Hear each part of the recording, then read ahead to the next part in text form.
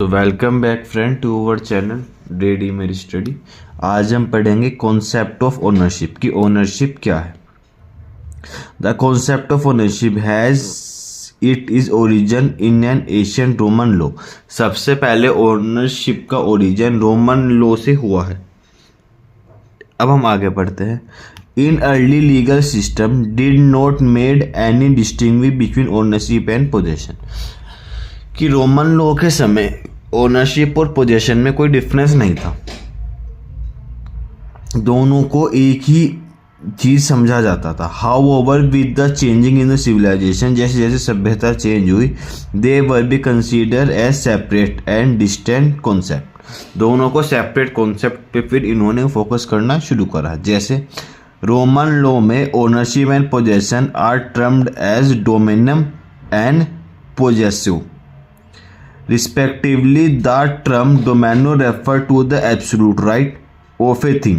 डोमेनो में absolute right दिया जाता था थिंग को यूज करने के लिए, whereas possession imply a physical control over thing. Possession में खाली उस पे खाली फिजिकल कंट्रोल था आपका।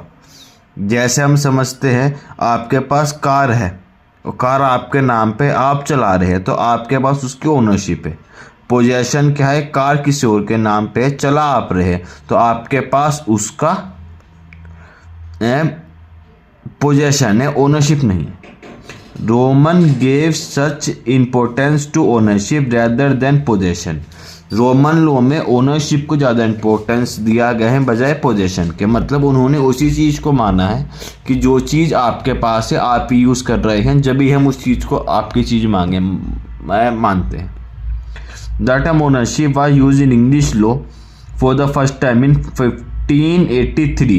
इंग्लैंड में 1583 के समय में ओनरशिप का यूज हुआ था। When it was distinguished from possession, जब उसे पोजेशन से पोजेशन से अलग यूज करा था। ओनरशिप और पोजेशन को सेपरेट टर्म में दो बार टर्म यूज हुआ था 1583 के अंदर। अब हम पढ़ेंगे डेफिनेशन ऑफ ओनरशिप।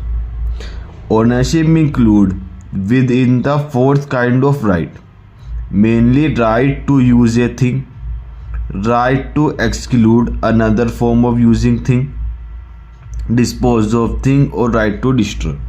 ये कहता है ओनरशिप के अंदर खुद में 4 राइट आती है। पहला right to use a thing, किसी भी चीज को यूज करने का अधिकार। Right to exclude from another using of the thing, किसी और बंदे को रोकना कि वो मेरी चीज यूज ना करे, क्या मेरी कोई थिंग यूज ना करे। तीसरा डिस्पोज ऑफ थिंग, उस चीज को खत्म करने का राइट। और राइट टू डिस्ट्रॉय इट, उसे right to dispose of a thing, अपनी चीज को अपने तरीके से उसे डिस्पोज करने का। और दूसरा राइट टू डिस्ट्रॉय थिंग, अपनी चीज को खुद तोड़ने का राइट, कि अपनी चीज खुद खत्म कर ले, कि अपनी चीज को उसकी चीज है वो कुछ ही करे उसका। आगे पढ़ते हैं अगले ऑथर ने क्या क्या है। Collection of right to use and enjoy property include right to transmit it to another. कोई भी ऐसी राइट जो हमें प्रॉपर्टी को एंजॉय करवा रही है, इंक्लूड करवा रही, उसे ट्रांसमिट करवा रही, उसे हम बोलेंगे ओनरशिप। ठीक, अब हम पढ़ते हैं यहां पर कैरेक्टरिस्टिक ऑफ ओनरशिप की ओनरशिप के क्या क्या कैरेक्टर होंगे।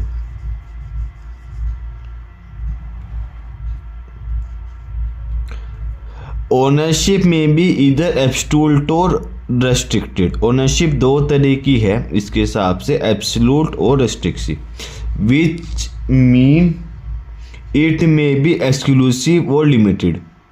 It can be limited by operation of law or agreement, whether a piece of land or a particular thing,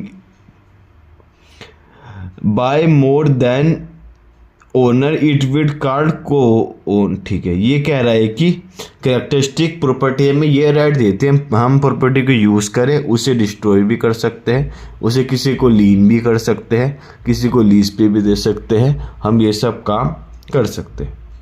तो हम बाकी कंटिन्यू फ्रेंड्स हम नेक्स्ट वीडियो में करेंगे। तो thank you friends and have a nice day.